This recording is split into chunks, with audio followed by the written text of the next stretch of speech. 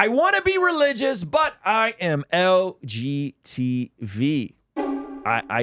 Listen, I don't know what to expect from this video. This was sent on by our Discord. I'm going in blind, ladies and gentlemen, but I'm going to do my very best to be gracious and to be compassionate, while at the same time, we're going to be full of grace and truth. All right, so let's check this out. Go ahead. Podcast in a car, I already like it. Podcast in a car, I like it. She got the mic, so she had enough foresight to bring the mic to connect it to whatever she's recording this on. The fact. It looks like she's in a Tesla. Finding Sky. Finding Sky. Shout out to you, Finding Sky. Me and religion have always had a complicated relationship. See, I never grew up in an overtly religious household, but my mom did take me to church a few times between the ages of 7 to 10. I remember the church's youth group being pretty dope. I mean, they always had ice cream and an air hockey table, so I don't think I ever necessarily dreaded going, but the message of the pastors always seemed to kind of go over my head. Fast forward to my teenage years when I came to the real. Props to the youth groups that she went to, because they got something right. Hey, everyone dunking on Pizza Party youth group. Pizza Party youth group when you're 10? Kind of went hard, and it kind of worked. So she has it sounds like she has a net positive recollection of church. Yeah.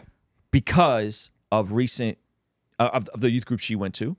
But she concedes that the messages went over her head. But the evangelist would say it's called planting seeds. Planting seeds, that's right. Realization that I like big Latino. Whoa. There we go. We forgot. Discord! Explicit. You gotta tell us. You gotta tell us! So she basically is coming out in the video and saying, you know, Yeah. she's into, you know. She's into women. She's into girls. and All right. instinctively I rejected religion entirely. Because in my head, gay and God were two things that just didn't go together. In fact, I started to have some pretty strong feelings against religion. How were some words in an old book gonna tell me how to live my life? Was the threat of going to hell just some fear-mongering tactic made to control people? Was religion just some way to make our insignificant life appear significant? I didn't feel comforted by any of these ideas and started to feel like all of it was just a bit of a scam. But recently, I've started to think about religion in a much different way. And I think what's led me to reconsider the potential importance of religion is seeing what the world looks like without it. My generation has She cooking. Speaking of revival, She's I mean, cooking. come on, son. She said, we tried the no religion thing. And y'all where did that get us? Yeah. Can't go to a pride parade anymore without seeing a thong. Come on, man. Because that's a religion too. Yeah. That's a religion too. It has its own sacraments. It has its own dogmas. It has its own heresies. Sacraments. But that's neither here. So listen, I will say this. I think I agree with her that using hell as the motivator to love God, probably not always optimal. Yeah. Like if the message is follow Jesus so you don't go to hell, Yeah. you know? Yeah, it's a little rough. It's much better than that. It's like saying love me as a parent or I won't give you dinner. It's like, I mean, or you could just focus on that you're going to give them dinner. Love me as a parent or I'm going to kick you out where it's burning and gnashing of teeth. Yeah. Or the inverse, which is I will always take care of you and love you and all you have to do is love me back. My son is my son even when he's disobedient. All right? I love kids, man. Predominantly lost sight of any sort of God. There's virtually nothing connecting the members of Gen Z except for intense nihilism and infinite doom scrolling. We eat, sleep, scroll. She's cooking. Oh my goodness. She's exposing everyone right cooking. I mean, but we talked about Christian nihilism. Yep. Not nationalism. Christian nihilism. Yep. Because it's not just the doom scrolling on the TikTokers, but there is actual Christians that think in this paradigm. The world's going to hell in a handbasket. Christians are like, the world's going to hell in a handbasket. I'm just happy I'm not going to hell. Forget occupying until Jesus returns. Forget doing good. Forget trying to be the hands and feet of Jesus. Boom. I'm just going to be hopeless because the world's too far gone. I don't want to do anything. I'm going to kick my feet up. Let's look up the word nihilism because we don't want to just assume people know what nihilism is. But nihilism, more or less, we'll give you guys a technical definition. My definition, without looking at the definition, is just like a hopelessness and despair about the outlook of the future. That's all nihilism is. Let's see what the technical definition: the rejection of all religious and moral principles in the belief that life is meaningless. right? Extreme skepticism, maintaining that nothing in the world has real existence. The doctrine of an extreme Russian Revolutionary Party, which found nothing to the established social order. Negativity, cynicism, pessimism, rejection. Those are some of the similar words of it, right? So nihilism is this idea that we're just like everything in life is meaningless, right? And why do we say that why does it say that's a rejection of all religion and moral principles? Because if life is meaningless, you reject all principles and all morality and all guidance, right? So if we go Christian nihilism, that means that's syncretism. Those two ideas don't work together. It's like being a meat-eating vegan. I actually know someone that's a meat-eating vegan, and you know them too. Ayo. And so you're like, I'm vegan except on Sundays. Like, you're not vegan, fam. You're not vegan.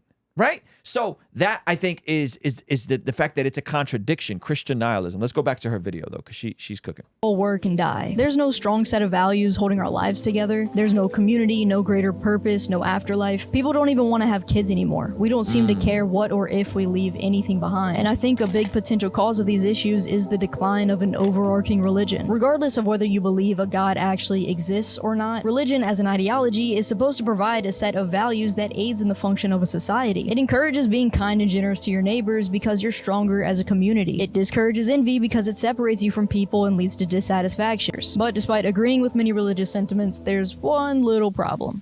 I'm gay, which is apparently not acceptable in basically any religion, so it's kind of hard to support something that doesn't support me back. I would feel a bit ingenuine claiming a religion that condemns something that is inherently and unchangeably a part of me. I think people make the assumption. So I think the unfortunate part is that she is starting with the presupposition that her orientation is undoubtedly and unchangeably a part of her.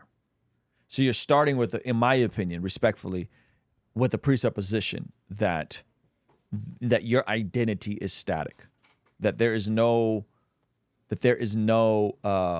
way that God can move beyond your orientation. And from my understanding, my limited understanding, is folks who deal with same-sex attraction, folks who are, don't come to faith and then are expecting to be made straight.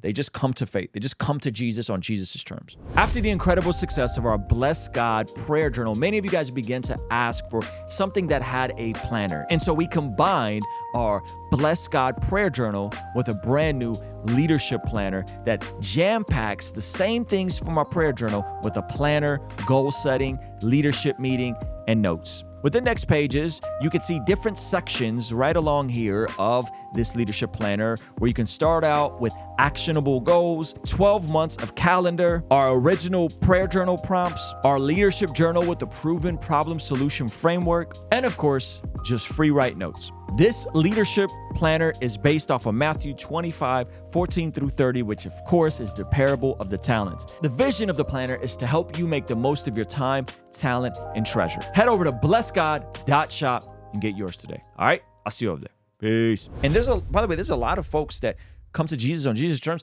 and never get married and never have kids. There's folks that come to Jesus on Jesus' terms and never have their wildest dreams fulfilled or their longing fulfilled, because it's not about your desires. It's about God's desires for you. And that looks different for everyone. So I think she's starting with the presupposition that her identity is anchored on not who God says she is, but her identity is anchored on the internal wiring she believes she has. And we've interviewed Brenna Blaine. We have highlighted conversations with Preston Perry, who's married to Jackie Hill Perry. We've highlighted these conversations, and I think the conversation around sexual orientation is it's a complicated one, but you can't start with the presupposition that this is just who I am and this is it. Yep. Because you don't know what God can do, and the point shouldn't be to come to try and be made straight. The point should be come to Jesus because he is good and he is God. Assumption that gay people reject religion, but if you're anything like me, I don't reject religion. Religion rejects me. If you choose to adopt a certain religion, I believe you also adopt the responsibility to uphold the values of that religion. So even if I wanted to be a part of one, am I not just instantly excluded for failing to uphold one of its core values? I've wrestled with these. You're not. Because I know quite a few people that deal with this. I know someone that I would just say is around recently that deals with this. and she's welcome to our house. She was just here for a major holiday. It's all love. No one's rejecting her. No one's telling her she can't go to church. No one's telling her she can't come around. No one's telling her she can't go to dinner. I would venture, this is going to sound really controversial. I would venture off to say, even if we had someone show up with their girlfriend to Thanksgiving once. No one told her, what are you doing? How dare you? You're going to confuse my children. Yeah. We welcomed her in. We loved her. We fed her. We hung out. I would venture, this is going to be even more controversial. I would venture to say that even if she showed up to 90, maybe, I don't know where she's at, but if she showed up to 90% of churches here with her girlfriend, she'd be chilling. No one's giving you the boot and telling you can't come and hear the word.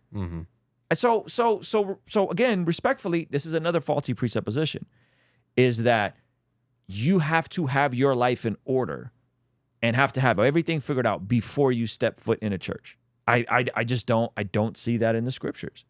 I don't see that practically play out in any church community that I've ever been a part of. I don't think this is true. I think if anything in my life, from the people in my life that deal with this, it's the opposite. It's come around. We love you. Hang out. Ideas for a long time, and I want to be clear that I'm not claiming to have the right answers. I'm just sharing my perspective as someone who appreciates the values of religion, yet whose existence essentially defies God. Unfortunately, I feel like I would weaken a religion by claiming one. There's no way for me to adopt a religion without inadvertently tainting it. God's not a buffet. You can't choose one ideal to follow and then ignore the next. If you choose to follow— Now, she's right there. God is not a buffet. You can't choose to follow. That she is right about that. Yeah, but at the same time, she also said I'll taint a religion if I join it. You're not shifting the perspective of that religion. Yeah, you're as a single solo person. You're not going to ruin Christianity by bringing your girlfriend to church. I promise you, you're going to have more life change. Christianity is going to impact you more than you're going to impact Christianity. It's not the inverse. It's not like, oh, you claim Christianity because you like the morals and values of it, and then you change Christianity. It's going to be the opposite. Yeah, and respectfully, how many people start by going to church and then all of a sudden get changed by Jesus? Oh, yeah. Right? In the middle of their sin. So I think the framing of this is good and bad. I think she's right in that, but that doesn't mean you don't take steps towards that. Yes. Right? Go ahead.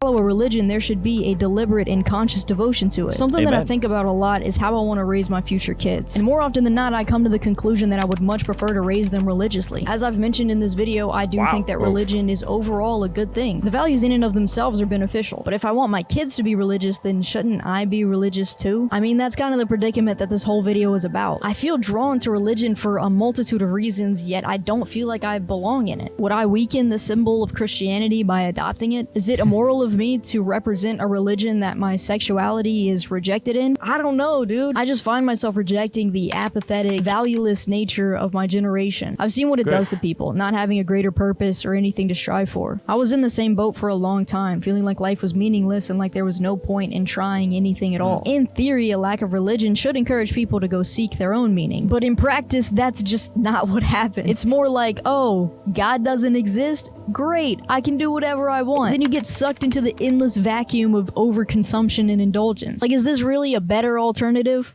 Who is benefiting from rejecting religion? I think my Ain't that poetic? There's no one. There's no sis. Sis. I'm gonna say this. She's on the money. I'm gonna say this with all love and respect. Landed the plane. But sis, she's straight up Christopher Columbus right now.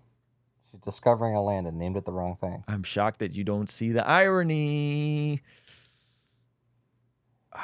Okay. So close. She's so close. Generation and those to come would benefit from a return to some amount of traditional values. Religion was once the foundation of society's ideals and morals, but now the media is the main source telling us what's right and wrong. And that's scary, because if you don't consciously choose a value system, then the media will unconsciously choose it for you. The media will inadvertently become your religion if you don't have another value system in your head monitoring it. So what would you rather? Follow a value system that facilitates a productive society but might be or subscribe to whatever idea is trending in the media? Great options here. I'm not prescribing that you choose religion or don't choose religion. The truth is, everybody has a religion. Some people are their own god, others idolize a celebrity. We all have a god. Just Choose yours carefully. She's cooking, man. Yeah, that's fire. Shout out to her. Finding Skylar is her handle. I might have to reach out to this young lady, man. Yep.